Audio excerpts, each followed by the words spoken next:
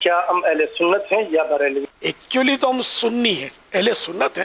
بریلی شریف میں اعلیٰ حضرت رحمۃ اللہ تعالی علیہ کی خدمات بہت زیادہ، اور اپنے دور کے آپ مجدد ہیں، یوں کہہ سکتے ہیں کہ سنیت کا شعور دیا اعلیٰ حضرت رحمۃ اللہ تعالی علیہ نے، پہچان دی کہ حقیقت میں سنیت کیا ہے، اہل سنت کیا ہیں۔ اعلیٰ حضرت رحمۃ اللہ تعالی علیہ جو کہ بریلی شریف میں پیدا ہوئے تھے، تو اس نسبت سے ہم بریلوی کہلائے۔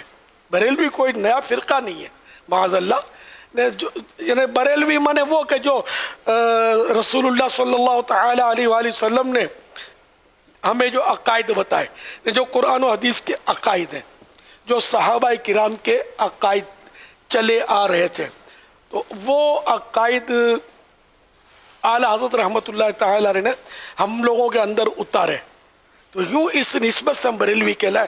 اب جیسے قادری، میں قادری ہوں، تو قادری تو کوئی نیا فرقہ تو نہیں ہے، نہ کوئی نیا مذہب ہے، نہ نیا دین ہے، ایسا تو نہیں ہے نا، ایک پہچان ہے کہ میں قادری ہوں، غوث پاک کے سلسلے میں مرید ہوں۔ تو بریلوی بس ان معنوں میں سمجھ لو کہ عاشق رسول، بریلوی یعنی عاشق رسول۔ بریلوی کا مطلب یعنی عاشق رسول، عاشق رسول، کیا بریلوی مانا عاشق رسول، عاشق صحابہ و اہل بیت، عاشق اولیاء کرام، عاشق غوث و خواجہ جو ہوتا ہے وہ ہے بریلوی۔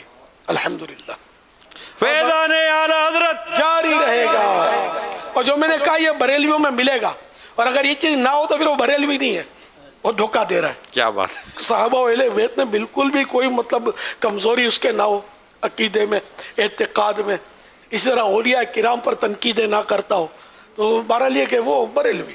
اللہ ہم کو اسی پر استقامت نصیب فرمائے، اسی پر ہمیں موت نصیب فرمائے۔ ہم 112%، 12,000%، 12 کروڑ % لا تعداد % میں مطمئن ہوں، الحمدللہ میرے اعلیٰ حضرت پر میری آنکھیں بند ہیں، ماشاءاللہ، میں مطمئن ہوں کہ ہمیں جو راستہ انہوں نے بتایا وہ رسول اللہ صلی اللہ تعالی علیہ وآلہ وسلم تک لے جا رہا ہے، الحمدللہ، اور انشاءاللہ ہمارے آقا ہمیں نہیں چھوڑیں گے۔